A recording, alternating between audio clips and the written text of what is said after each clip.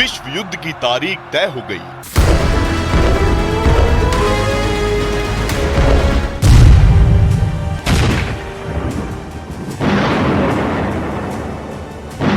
विश्व युद्ध का सेंटर तय हो गया।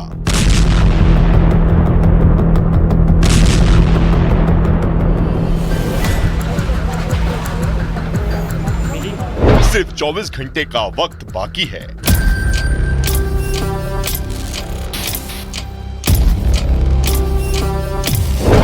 सात अक्टूबर का बदला बाकी है। यही वो तारीख है जब एक साल पहले इजराइल पर हमास के आतंकियों ने हमला बोला था। अब यही वो तारीख है जिस दिन इजराइल ईरान पर बहुत बड़ा प्रहार कर सकता है। 6 दिन हो चुके हैं इरान ने इजराइल पर हमला किया। एक दो नहीं बल्कि 200 बैलिस्टिक मिसाइलों से ताबड़तोड़ हमले को अंजाम दिया है। इजराइल के लोगों की जान ली, इजराइल के एयरबेस पर तबाही मचाई, इजराइल एयर डिफेंस सिस्टम को भेद डाला और इजराइल को एक तरह से युद्ध के लिए चेतावनी दे डाली। अब बारी इजराइल की है। इजराइल अब तक अपनी वॉर कैबिनेट में इसी का ताना बाना बुन रहा था कि कैसे ईरान को जवाब दिया जाए। उस ईरान को जिसने इजराइल के खिलाफ युद्ध का मोर्चा खोला। नसरल्लाह के खात्मे के बाद तेहरान में जिस तरह से इजराइल ने 100 से ज्यादा टारगेट पर हमले किए, अब इजराइल ने भी तय कर लिया है कि ईरान पर हमले की तारीख क्या होगी। ईरान में वो ठिकाने कौन से होंगे जहां पर हमला करने पर ईरान को सबसे ज्यादा दर्द हो और ईरान के साथ आगे का युद्ध किस तरह से लड़ा जाएगा।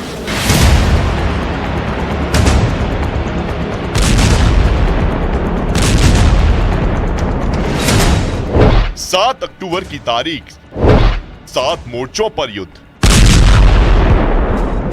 7 दिन में सर्वनाश।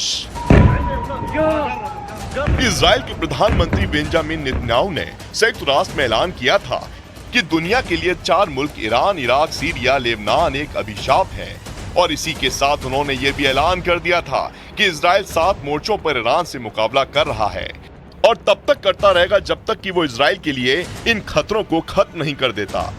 ये 7 मोर्चे हैं: गाजा पट्टी में हमास, वेस्ट बैंक में हमास के आतंकी, लेबनान में हिजबुल्लाह, ईरान में खामिनेई की हुकूमत, इराक में ईरान के समर्थन से लड़ रहे मिलिशिया, सीरिया में बशर अल असद की सरकार, यमन में हूती विरोधी। इन 7 मोर्चों पर इजराइल ईरान से पहले से ही युद्ध लड़ रहा है, लेकिन अब ईरान और इजराइल में आमने सामने की टक्कर होने वाली है। איראן כבר פעמיים שיגרה על שטחנו ועל ערינו מאות טילים, בהתקפת טילים בליסטיים מהגדולה בהיסטוריה.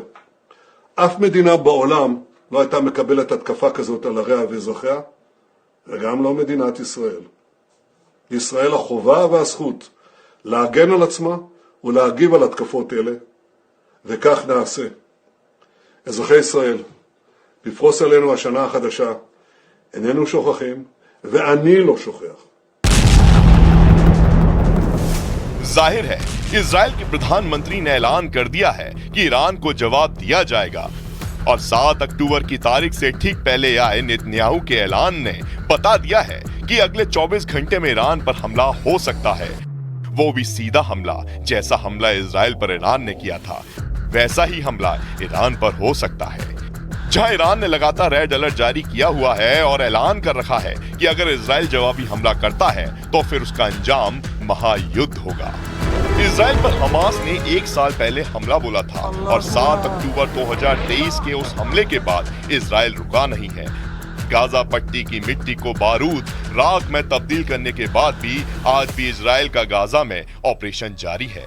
इजराइल चुन चुनकर हमास के एक आतंकी को मार रहा है, लेकिन हमास का नया चीफ और 7 अक्टूबर को इजराइल के हमले को अंजाम देने वाला यहान सिनवार जिंदा है और वो गाजा पट्टी में ही एक जगह से दूसरी जगह अपना ठिकाना बदल रहा है। और इजराइल एक के बाद एक हमास की उन सुरंगों को तबाह कर रहा है जहां सिनवार का ठिकाना हो सकता है, लेकिन सिनवार पर अब तक इजराइल डायरेक्ट अटैक से बच रहा है। पिछले 1 महीने से इजराइल ने उसी तरह से हमलों को लेबनान में अंजाम देना शुरू किया है और वहां पर 10 दिन से ग्राउंड ऑपरेशन भी कर रहा है। अब अगला नंबर ईरान का हो सकता है।